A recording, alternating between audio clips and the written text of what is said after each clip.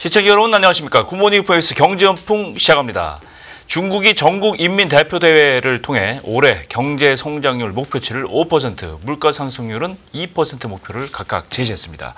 미국과 관세전쟁, 그리고 내수 부진 등 대내외 불확실성이 커졌지만 확장 재정을 통해 이 경쟁력을 키우겠다는 정책을 밝혔는데요. 특히 소비 진작과 과학기술 분야에는 수십조 원대 예산을 투입해서 성장 동력을 만든다고 합니다. 키움증권 글로벌 리서치 홍록기 책임연구원과 함께 알아보겠습니다. 어서 오십시오. 네, 안녕하세요. 이제 전인대회가 이틀째 됐죠? 이제 네. 일주일 일정으로 열리는데 네. 어제 개막식에서 리창 총리가 5% 뭐 3년 연속 동일하게 네네. 5% 제시를 했고 이 올해도 5% 작년에는 5% 약간 턱걸이 했다는 느낌이 드는데 네. 올해도 5% 가능할지 모르겠는데 어떻게 보십니까? 사실 여전히 어려움도 많을 거다 생각을 하고 있기는 있습니다. 근데 저도 턱걸이란 표현이 좀 공감이 갔던 게 네. 기억하시겠지만 작년 3분기까지 사실은 목표 경제성장률을 달성할 수 있을지에 대해서 맞아요. 시장에 의심들이 많았었잖아요. 예. 근데 4분기에 결국에 이제 턱걸이로 이제 해내긴 했었는데 그때 이제 중국 경제성장 목표치를 채우는 데 있어서 그 주도적인 되었던 부분들을 보면은 결국에 기업들의 생산들, 그러니까 정책들의 의지들이 잘 반영될 수 있는 기업들의 생산 활동이 이제 서프라이즈를 기록을 하면서 어쨌든 경제 성장률을 5%를 달성할 수 있었었고, 그리고 이제 생산을 하게 된다면은 그 물건들을 이제 사용을 해야 되는데 네. 역시 수요는 작년 기준으로는 솔직히 못 미치는 모습을 5년 동안 연속으로 보여줬었고요. 내수 기준으로는. 예. 결국에 그런 부분들을 다 대외 수요로 메꿔냈던 부분들이 있었습니다. 그래서 사실은 이제 뭐 작년에는 생산이랑 순수출 덕분에 5%를 달성할 수 있었던 부분이라고 생각을 하고 있는데 올해 같은 경우에는 다들 아시는 것처럼 이제 수출 불확실성을 이제 염두를 해두고 이제 계산할 수밖에 없는 부분들인 건데 그래야겠죠. 네. 물론 아닐 수도 있겠습니다만은 그게 아니더라도 사실 수출 증가율이 이제 기저 효과가 작년 같은 경우에 이제 올해는 높을 수밖에 없기 때문에 여러모로 어려운 국면일 거다 생각을 하고 있고요. 뭐 그렇기 때문에 사실은 5%보다 높게 설정하는 것 역시 조금 무리가 되었을 거다 생각을 하고 있고, 만약에 근데 이거보다 낮게 목표를 설정하게 될 경우에는 시장이 지금 증시 분위기가 좋아서 있고는 있었었지만 조금 경기 관련돼서는 아직까지 해결해야 될 부분들이 많잖아요. 좀 그런 부분들이 사실 수면 위로 떠오를 수 있다라는 점에서 가장 무난한 숫자가 5%가 아니었나 생각을 하고 있습니다. 중국은 늘 얘기할 때 뭐 8%를 지키자, 옛날 얘기지만 네. 5%를 지키자, 네. 뭐 이런 얘기를 이제 목표로 제시를 하잖아요. 네. 근데 중국은 좋겠어요. 우리나라 같은 경우는 수출이 부진하면 완전히 경기가 꼬꾸라지는데 네. 중국은 두 가지 갈래의 방향이 있잖아요. 수출이 안 좋으면 내수 15억이라는 어마어마한 내수 시장이 있고 네. 이걸로 커버를 하다가 네. 또 수출을 뭐 그게 좀 죽으면 수출을 또 프로모션하고. 어쨌건 근데 소비자 물가를 보면 내수가 안 좋다는 걸 알 수가 있는 것 같아요. 네. 작년에 3%인데 올해는 2%로 낮췄거든요. 네. 전인대에서 목표를. 네. 물가가 낮다는 거는 그만큼 내수 경기가 침체돼 있다는 거잖아요. 그렇죠. 그죠? 네. 네. 2% 정도는 네. 지켜내자. 뭐 이 정도 얘기가 되는데 어떤 시사점을 주는지 좀 정리해 주세요. 오히려 사실은 작년에 물가 흐름들을 보면은 2% 목표를 제시를 한 게 이제 디플레에 대한 우려라든지 소비를 키울 수 있다라는 자신감이 없다라는 표현은 아니고 그냥 현실감 있게 제시한 게 아닌가 생각을 하고 있습니다. 왜냐하면 작년 같은 경우에 사실 소비자 물가 기준으로는 계속 0%대를 많이 유지를 했었거든요. 그래요? 네. 그렇기 때문에 사실은 뭐 2% 제시한 부분들이 절대로 이제 중국 정부조차도 디플레 우려를 걱정하고 있어서 낮게 제시한 거다라고 표현하기보다는 그냥 이제 현실감 있는 목표치를 제시한 게 아닌가 생각을 하고 있습니다. 왜냐하면 이제 소비를 논하는 데 있어서 결국에 부동산 경기라든지 그렇죠. 아니면은 가계 체력들이 중요할 수밖에 없는데, 부동산은 사실은 뭐 지금 연초에는 분위기가 좋기는 합니다만은, 그러니까 이제 4년 동안에 어려웠던 환경들이 이제 완화될 거라는 기대감들이 조금 있습니다만 그래도 이제 부동산은 아직까지 확인할 길들이 많은데 어쨌든 그 전인대에서 제시한 가계의 여력들을 볼 수 있는 부분들을 보면은 뭐 신규 취업자라든지 아니면 실업률은 여전히 작년과 동일한 숫자를 제시했거든요. 그러니까 즉 뭐 전체적으로 중국의 가계 상황들을 봤을 때 목표치를 절대 낮게 제시한 건 아니기 때문에 물가를 어쨌든 2%로 낮춰서 제시한 부분들이 중국 정부조차도 뭐 소비 진작에 대해서 이제 걱정을 해서 낮췄다라기보다는 그냥 작년의 흐름들을 봤을 때는 이제 조금 충족할 수 있는 목표치를 채울 수 있는 조금 현실성 있는 숫자를 제시한 것 같다라고 생각을 하고 있습니다. 그렇군요. 앞서 말씀드린 대로 이제 내수 수출이 작년에는 그럭저럭 잘 됐는데 네. 대외적으로 네. 근데 올해 이제 미중 갈등이라는 이제 네. 우려했던 네. 사안들이 나오고 근데 내수가 이제 안 좋단 말이에요. 중국도 그러다 보니까 이제 성장 목표를 작년과 지난 3년과 같이 5% 달성하려면 뭔가 드라이브를 걸어야 되는데 내수 그렇죠. 쪽에서 네. 그럼 재정 정책을 실시한다고 하는데 네. 어떤 재정 정책이 펼쳐질지도 궁금하지만 이게 딱 보기에는 엄청난 규모의 채권을 발행해서 빚내서 네. 뭔가 이 투입을 하겠다 네. 이렇게 했는데 뭐 AI라든가 여러 가지 뭐 방향들 많이 나오고 있긴 한데 네. 정리가 좀 필요할 것 같습니다. 일단 올해 같은 경우에는 내수가 가장 중요하다라고 부양책 기준으로는 내수가 중요하다 이야기 드리는 이유는 사실은 트럼프 1기 때에도 저희가 맞닥뜨려 봤지만 사실은 트럼프 1기 때도 결국에 수출 불확성이 커지면은 이거를 내수를 부양함으로써 메웠었거든요.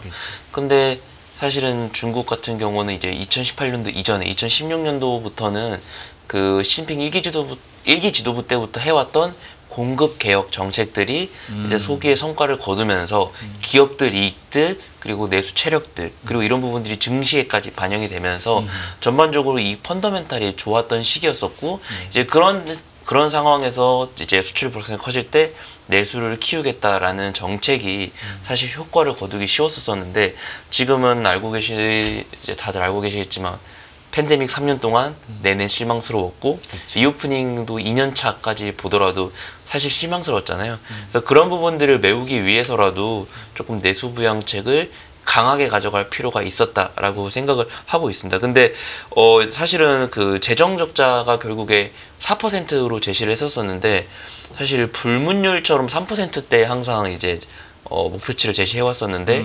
4%를 결국 제시를 했었거든요. 저도 물론 시장 컨센서스가 그런데 과연 그럴 수 있을지에 대해서도 저도 개인적으로는 많이 궁금했었는데 어쨌든 이제 4%로 제시를 했고 그러면 이제 중국 위안화로 본다면 한 5.7조 위안 정도가 결국에 적자가 편성이 되는 거고 그 외에 작년 9월 달에 이야기 나왔던 초장기 특별국채 같은 경우도 지금 1.3조 위안으로 이제 편성이 된 거고요. 근데 이게 작년보다는 이제 추가로 늘어난 건 맞기는 한데 사실 시장에서는 한 2조에서 많게는 3조 위안까지 나오지 않을까라고 기대했던 부분들이기 때문에 뭐 초장기 국채가 시장 기대보다는 조금 약하게 편성이 된 것 같다 생각도 하고 있고 지방채 같은 경우도 본다면은 4.4조 위안으로 작년보다는 역시 늘었습니다만은 이 역시 시장에서 기대했던 것보다는 조금 실망스러운 수준이 아닌가 생각을 하고 있습니다. 그래서 좁은 의미의 재정 적자를 본다면은 분명히 강하게 편성된 건 맞는데 넓은 의미의 재정 적자를 본다면은 시장 기대에 못 미치는 부분도 있었다라고 생각을 하고 있습니다. 그래서 결국에 이 돈을 어디에 활용하는지가 중요하게 될 텐데, 예.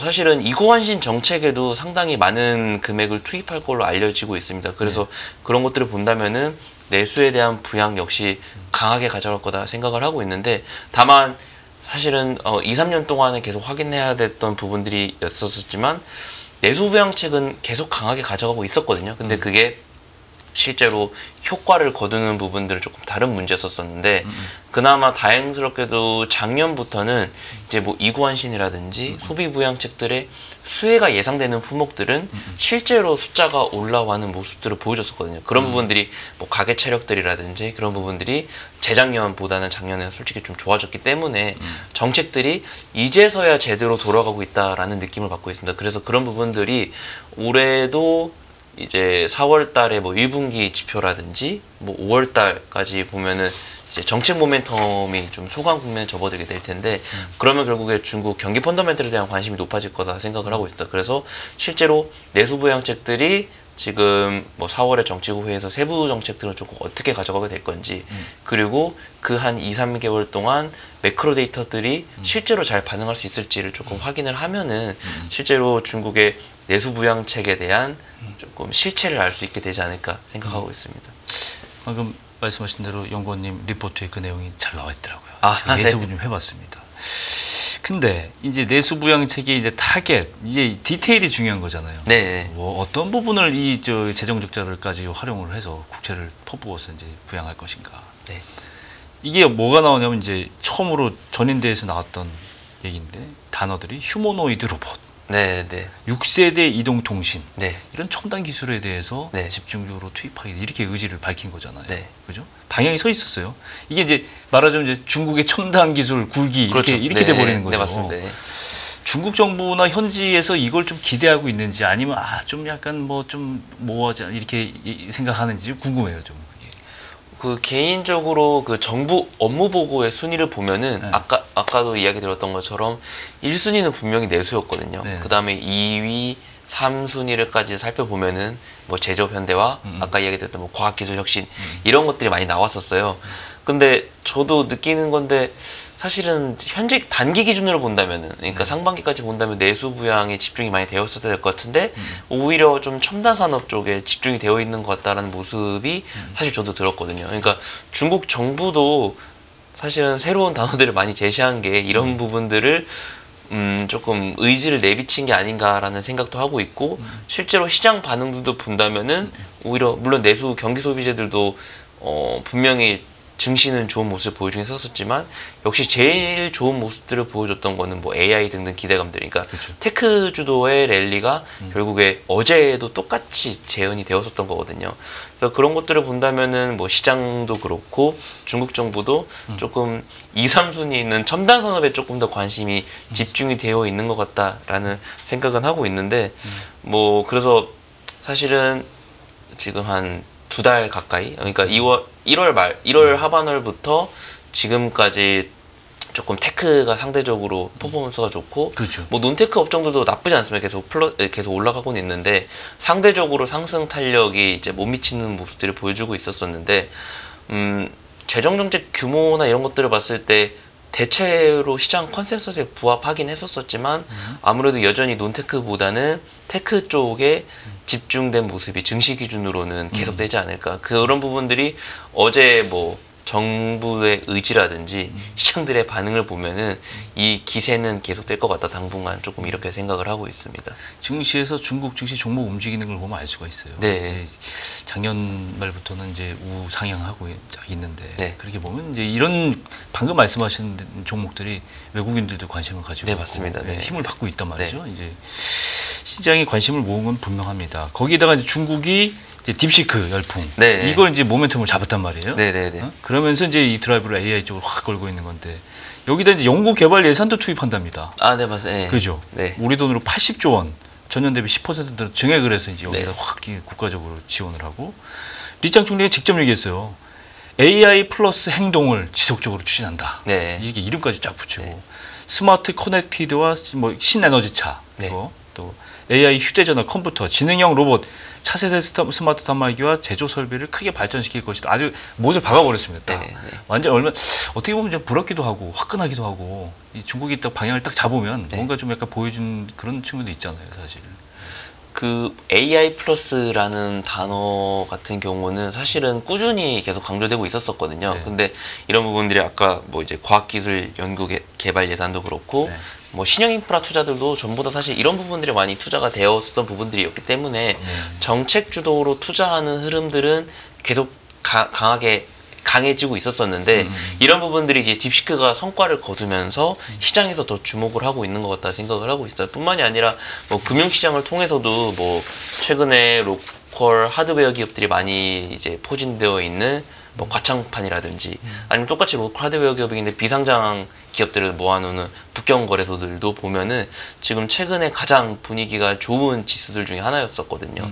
그래서 이제 금융시장을 통해서도 그리고 정책을 통해서도 지금 전반적으로 유동성이 이런 첨단 산업에 계속 공급되고 있는 흐름들은 계속되고 있어서 이런 부분들이 중국 그 첨단 산업이 성장하는데 분명히 도움이 될 거다라고 당연하죠. 생각을 하고 있습니다. 다만 이제 스마트 제조 설비 이런 얘기들을 많이 했기 때문에 단기적인 관점에서 본다면은 그러니까 이제 1, 2년 내에 성과를 조금 강하게 볼 수 있는 부분들은 역시 제조 현대화 이런 부분들이 가장 효과를 볼 수도 있지 않을까 생각을 하고 있고요. 이제 여기에 더 나아가면 아까 이야기하신 것처럼 뭐 휴머노이드 등등 이런 부분들이 있을 텐데 이제 그런 부분들은 지금 사실은 그 양산화 시점에 이제 들어가고 있기 때문에 아직까지 그 가시적인 성과를 단기간 내에 보기는 어렵지 않을까 생각도 하고 있습니다. 근데 여기서 AI 플러스 하면서 이제 최종 목표를 이제 해외로까지 다 잡고 있는 모습들은 보여주고 있는데 당연히 그렇겠죠. 예.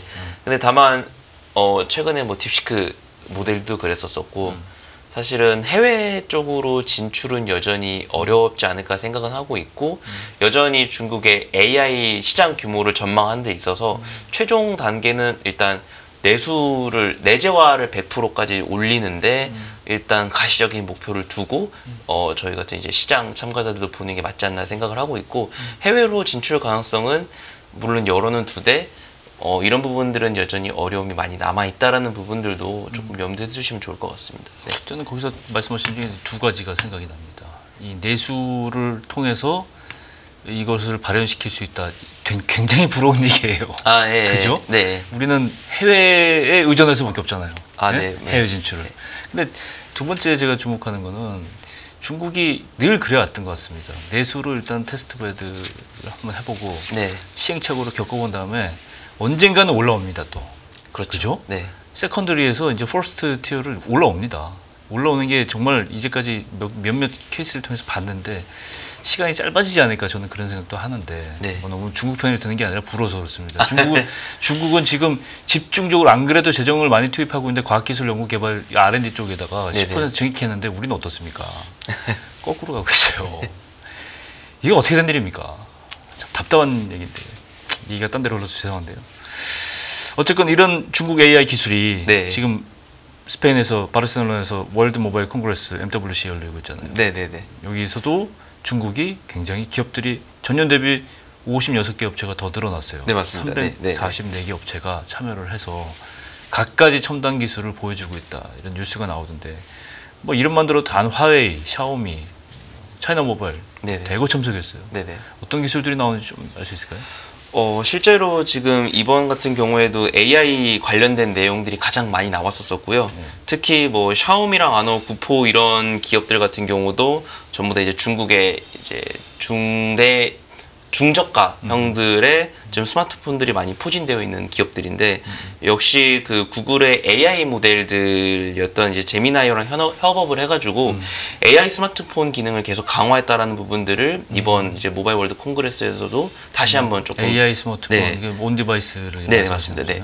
그런 부분들을 조금 강조를 했습니다. 특히 화웨이 같은 경우도 가장 이제 중국의 대표 기업이라고 볼 수 있는데 이번 전시회에서도 그 2번 접는 이제 트리플 폴드 폰을 이번에 조금 한번 전시를 해서 주목을 받았었고요.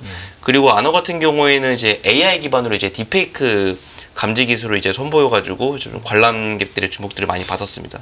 그 사실 중국 같은 경우에는 이 딥페이크 부분들은 조금 옛날부터 많이 강조가 되고 있었었는데 아너가 처음으로 지금 이런 부분들을 많이 이제 접목을 시킴으로써 시장의 주목을 받고 있었었고요. 그리고 이제 샤오미 같은 경우는 작년에 가장 흐름이 좋은 이제 기업 중에 하나였었는데 그렇죠. 뭐 실제로 뭐 각종 좋은 모멘텀들이 다 있었던 것 같습니다. 뭐 중저가 스마트폰들이 올라오고 있는 이제 매크로 데이터도 있었었고 그리고 샤오미 같은 경우에는 뭐 전기차 이런 부분들 각종 진출하면서 작년 기준으로도 주가 모멘텀이 좋을 수밖에 없었었는데 이번에도 실제로 이제 뭐 문장 작성이나 음성 인식이 가능한 이제 하이퍼 AI를 자체 개발을 해가지고 이제 샤오미 15 시리즈에 이제 탑재를 했다라고 조금 밝혔었고 그리고 좀 이 기업 같은 경우에는 이제 자기 자동차들이랑 이제 다 연동을 시켜가지고 네. 그 사용자들의 그러니까 그 핸드폰 사용자들의 그 생활 패턴에 맞춘 서비스들을 제공할 수 있게 했다라는 부분들을 조금 강조하면서 조금 시장의 주목들을 받았었습니다. 그렇군요.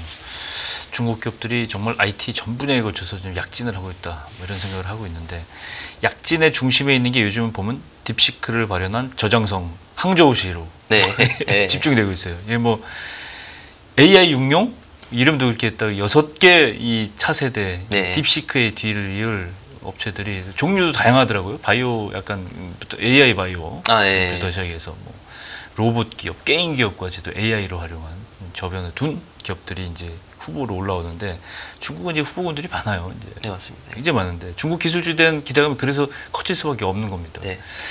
올해 중국 투자 기술주들에 대한 기대감, 어떻게 전략을 가져가야 될까 궁금합니다. 일단은 사실은 지금 현재 기준으로 중국 증시가 계속 좋은 분위기를 가져갈 수 있는 거는 당연히 정책 모멘텀들 같은 경우는 사실 4월까지 유지될 수 있다 생각을 하고 있고요. 네. 여기에 뿐만이 아니라 그 중국 유동성 모멘텀들도 지금 계속 우호적이었다라는 부분들도 이야기 드리고 싶습니다. 왜냐하면 중국이 처음에 이야기 들었던 것처럼 통화 정책이나 재정 정책은 사실 팬데믹 국면에도 다 강하게 가져갔었거든요. 네. 근데 이제 뭐 2020년 같은 경우에는 중국의 정책에 이제 부응을 해서 실제로 신용 유동성이 증가하면서 실물 경제로, 그리고 증시로, 부동산으로 이제 유동성이 흘러가는 모습들을 보여왔었다면은 네.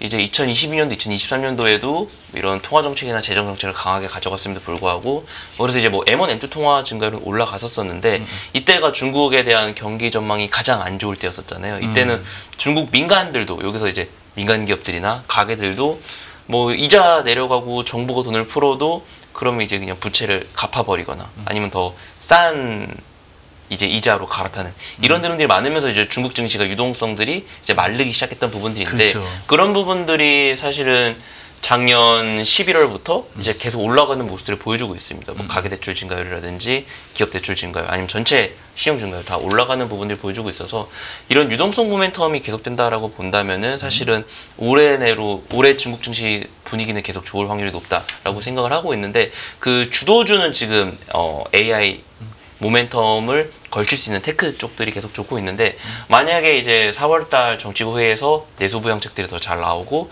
실제로 내수 데이터들이 좋아지는 흐름들이 보여준다, 여기에 덧붙여서 부동산도 좋아지게 된다라면은 사실은 못 따라 올라가준 논테크들이 더 이제 상승 탄력이 강해질 수 있는 흐름들이 4월 이후에도 연출될 수 있다 생각을 하고 있고요. 다 좋아진단 말씀이지. 근데 이제 그거는 좋은 시나리오고, 순서로. 네, 좋은 시나리오고, 만약에 저는 사실 부동산 부분들이 올해도 힘들 확률이 높다라고 생각을 하고 있거든요. 만약에 부동산이 여전히 어렵고 가계 체력들이 그러면 그 부분을 메울 만큼 올라와주지 못하게 된다면은 결국에 내수 정책 기대감으로는 계속 가기에는 어려울 거다 생각을 하고 있어서, 그래서 이제 AI 쪽으로 유동성 쏠림 현상이 더 강화될 수도 있다라고 생각을 하고 있어서 이제 5월, 저는 4, 5월이 변곡점이 될 거다라고 생각하고 있는데, 유동성의 모멘텀이 이제 계속 좋다라는 전제 하에 내수주로 이제 유동성 쏠림이 이제 조금 배분이 될 건지, 아니면은 그냥 AI주로만 쏠림 현상이 계속 극대화될 수도 있는 부분들로 두 가지 방향으로 갈리지 않을까, 4, 5월 달에 그렇게 생각을 하고 있습니다. 예, 오늘 뭐 듣고 싶은 얘기가 더 많은데 시간 관계상 정리를 하겠고요. 다음번에 오실 때 이 중국의 R&D 예산이 어떻게 집중적으로 쓰이고 효과가 났는지, 그리고 우리나라는 어떤지 비교 리포트 한번 소개를 만드셔서 소개를 해주셨으면 좋겠다는 생각을 마지막으로 붙여보겠습니다. 오늘 키움증권 글로벌 리서치 홍록기 책임연구원 모시고 중국 양회 소식 한번 들어봤습니다. 고맙습니다.